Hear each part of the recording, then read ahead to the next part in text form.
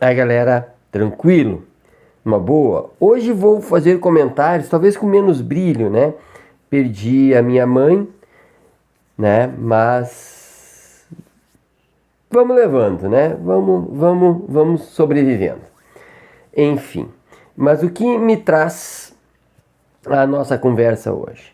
Ontem eu fiquei sabendo de mais uma tentativa de censura, dessa vez em Minas Gerais, em relação ao livro O Menino Marrom, do Ziraldo.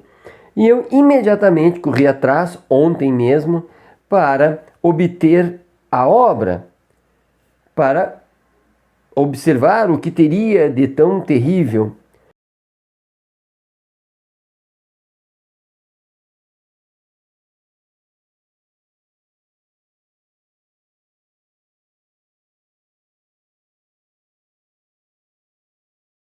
E observei que a queixa era que em determinado momento da obra, um dos personagens, diz esperar a morte de uma velha, uma morte por atropelamento. Em momentos depois, há uma fala de um pacto de sangue em que eles simulam, né, cortar os pulsos, né, para fazer um pacto eterno de amizade, que na verdade é uma simulação, porque eles usam um dedinho, botam o dedinho numa tinta azul e fazem um pacto de sangue, assinando um documento, né, com a tintinha azul, dizendo que é uma assinatura de sangue, né? E esses dois, principalmente esses dois elementos, levaram a comunidade, e talvez nem seja tão grande assim essa comunidade, enfim, levou alguns pais a questionarem e esse livro foi suspenso. Então eu peguei essas informações que seriam negativas, guardei na minha memória e fui ler o livro. Esvaziei o coração e fui ler o livro, ver se era tão tenebroso assim e do que trata o livro.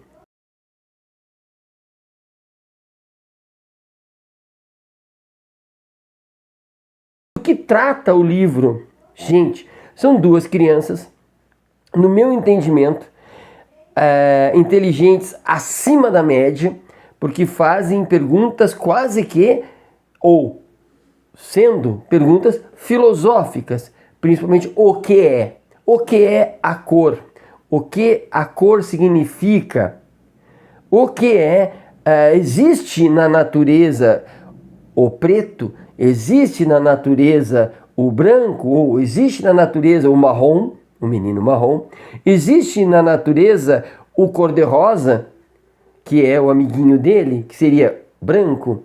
Então, são perguntas bastante interessantes e eles fazem muitas hipóteses. Mas também bastante interessante, e eu me identifiquei com os personagens, é que desde muito novos, novinhos, não diz a idade, eles vão ao dicionário. Imaginem, duas crianças vão ao dicionário, né? Ao dicionário físico, porque é na década de 80 que o livro foi escrito, né? Vão ao dicionário físico e em determinado momento eles procuram a palavra ingrediente. E apesar de lerem o verbete, apesar de lerem o livro, eles continuam não entendendo o que isso significa. E fica o mistério da palavra. O que quer dizer? Né? E aí intui o leitor, né, que para as crianças, mesmo o dito pode continuar não entendido. Nesse caso, o dito é in verbis, escrito, né? Pode continuar não entendido. Mas a questão toda que vai girar no livro são os contraditórios, notadamente as cores. É evidente que nos remete à questão do branco e do preto. É evidente que nos remete à construção social da ideia do negro e da ideia do branco, né?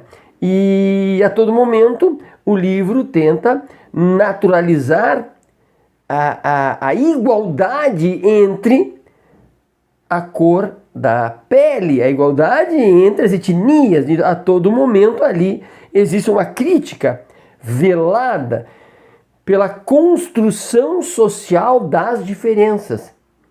Alguém poderá, ao me ouvir, dizer, mas deve ser um livro longo, denso, pesado. Não!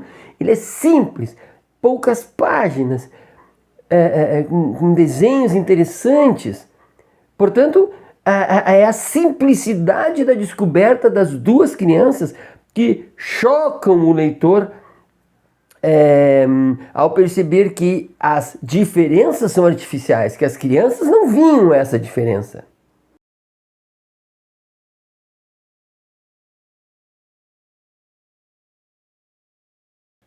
Em determinado momento, o autor esclarece que somente as crianças têm o olhar de primeira vez. E parece óbvio, se são crianças, necessariamente são olhos de primeira vez. Né? Ele ressalta, as crianças estão vendo a vida pela primeira vez. E é provável que isso possa trazer a reflexão que, se é um olhar de primeira vez, é preciso a mediação de um adulto para a compreensão daquilo que se está vendo pela primeira vez. E essa mediação do adulto cria significados ao que é visto pela primeira vez. Notadamente, as questões morais, as questões éticas e até a questão do belo e do feio, do gostoso, do não gostoso. A primeira vez que se vê um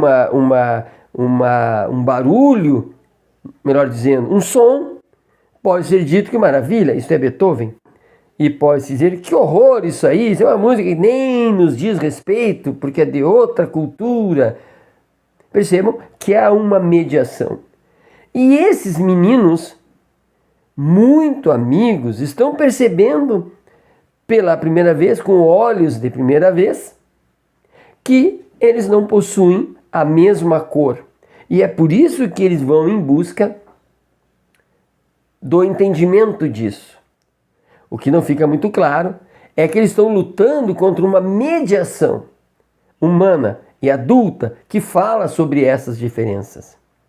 Lá no momento em que se fala, uma única vez, de um dos meninos esperando que uma velha seja atropelada, é uma única menção, é uma reação de uma criança eu não vou dizer maus tratos, mas a uma rejeição dessa senhora, a uma tentativa dele de ajudá-la. Ele tenta ajudá-la no dia anterior a atravessar a rua e ela o rechaça. E ele, em contrapartida, no outro dia, fica desejando o mal para ela. Ponto. É isso, né? E é provável que, por ser criança, ele nem entenda o que significa desejar o mal. Mas é assim que acontece. E de fato as coisas acontecem. E a ideia de pacto de sangue, eu tenho uma intuição de que a ideia pacto de sangue não é necessariamente a preocupação do pai e da mãe em as crianças se machucarem de fato, porque havia uma faquinha na história, né? Mas seria a ideia do pacto. Não sei nem dizer se não tem uma conotação de feitiçaria, de diabólico. Não sei, até pode ser. Mas eu poderia criticar a ideia da presença de uma faquinha, que poderia mesmo cortar, e de fato poderia. Também poderia criticar a ideia de desejar o mal. Porém, censurar um livro que diz tanta coisa por dois elementos criticáveis não faz o menor sentido. Tanto melhor seria explicar para as crianças, antes da leitura, essas duas possibilidades criticáveis.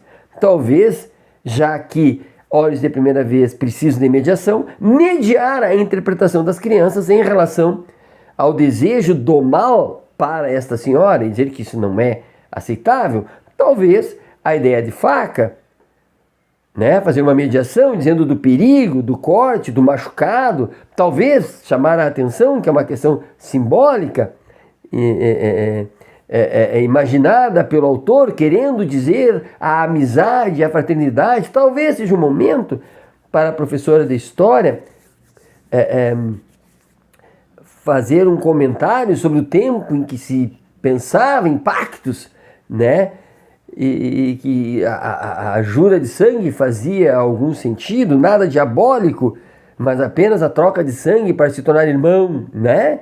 Então, veja que este livro, para mim, evidentemente, não deve ser censurado, limitado, mas, ao contrário, incentivado. E eu fico imaginando que o real motivo desta queixa seja justamente o questionamento o tempo todo do significado da cor da pele e a conclusão de que não há diferença, que sequer existe o branco e o preto absolutos, né, nas peles das pessoas.